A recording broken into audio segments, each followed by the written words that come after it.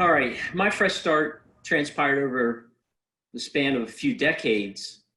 Now, I know that sounds long, but it takes a century for a tree to grow good and proper, so I consider it pretty quick.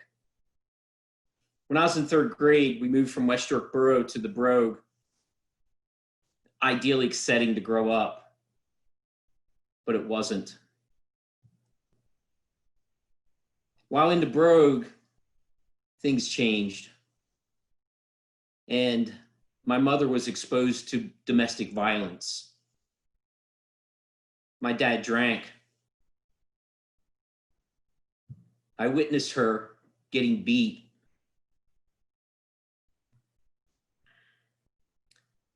As I grew older, still in elementary school, I had had enough of it one night, and I stepped in. I wasn't near man enough yet to fight the battle I was about to begin. But it's what I had witnessed and what I had known. That's the same night, a 16-ounce beer bottle, zoomed by my head and hit the wall. The top of the bottle put an indentation in the wall that I can still see today. And if I walked in that house, I could show you exactly where it was. It was still there when we moved out. I don't know if it's even fixed today. I'm sure it is. Many of those nights, my mom would whisk me and my brother out of the house. We'd jump in the car. And it seems like we always stayed in a hotel between East York and Wrightsville. I stayed in all of them. Never with a toothbrush. We'd get up the next day and mom would take us to school. No one ever knew what was going on.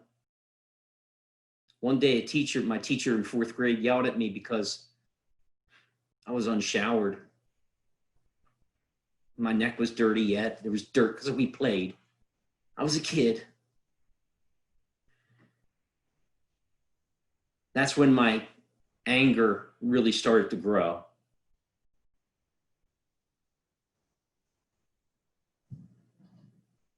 This went on. We had periodic breaks. Periodically, there was an uncle that would live with us, one of two. I was never sure why they lived with us. I think my mom begged them to, because it gave us a break from it. Eventually, my parents split, but it didn't stop. One day, my dad showed up at the high school, raising heck in the office. I had no idea he was there until they called me down to the office, and the assistant principal yelled at me. More anger. I ended up being mad at the world. He showed up where I worked. I worked on the horse farm of a wealthy dairy owner outside New Bridgeville. I loved working there. It was my high school job. He showed up there and spun donuts in the grass. I got yelled at again and had to fix it off the clock. I didn't work there much longer after that.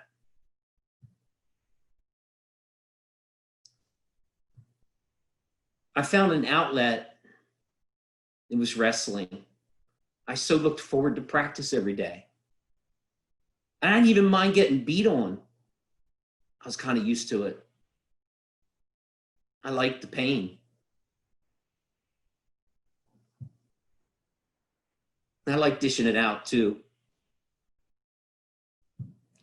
Wrestling's a terminal sport though. I don't call my buddies up and say, hey, Phil, come on over, let's wrestle. It's not like basketball where you can play a pickup game. So I lost my outlet, but I still had my anger and my resentment. Chemicals don't work either. They do at first, but then it only enrages it.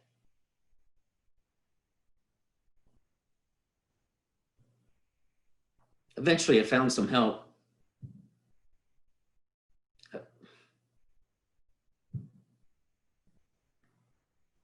A friend of mine, Todd Trimmer, He's passed away about 10 years now. Gave me a book. Drop the Rock. The rocks that were pulling me under the water were anger and resentment. I experienced a spiritual oxymoron after reading that book. I had to forgive those that had hurt me,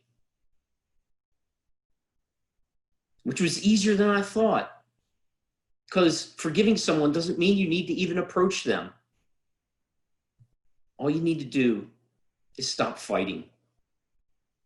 Because forgiveness and love will conquer anger. And today, I can experience happiness, love, and joy.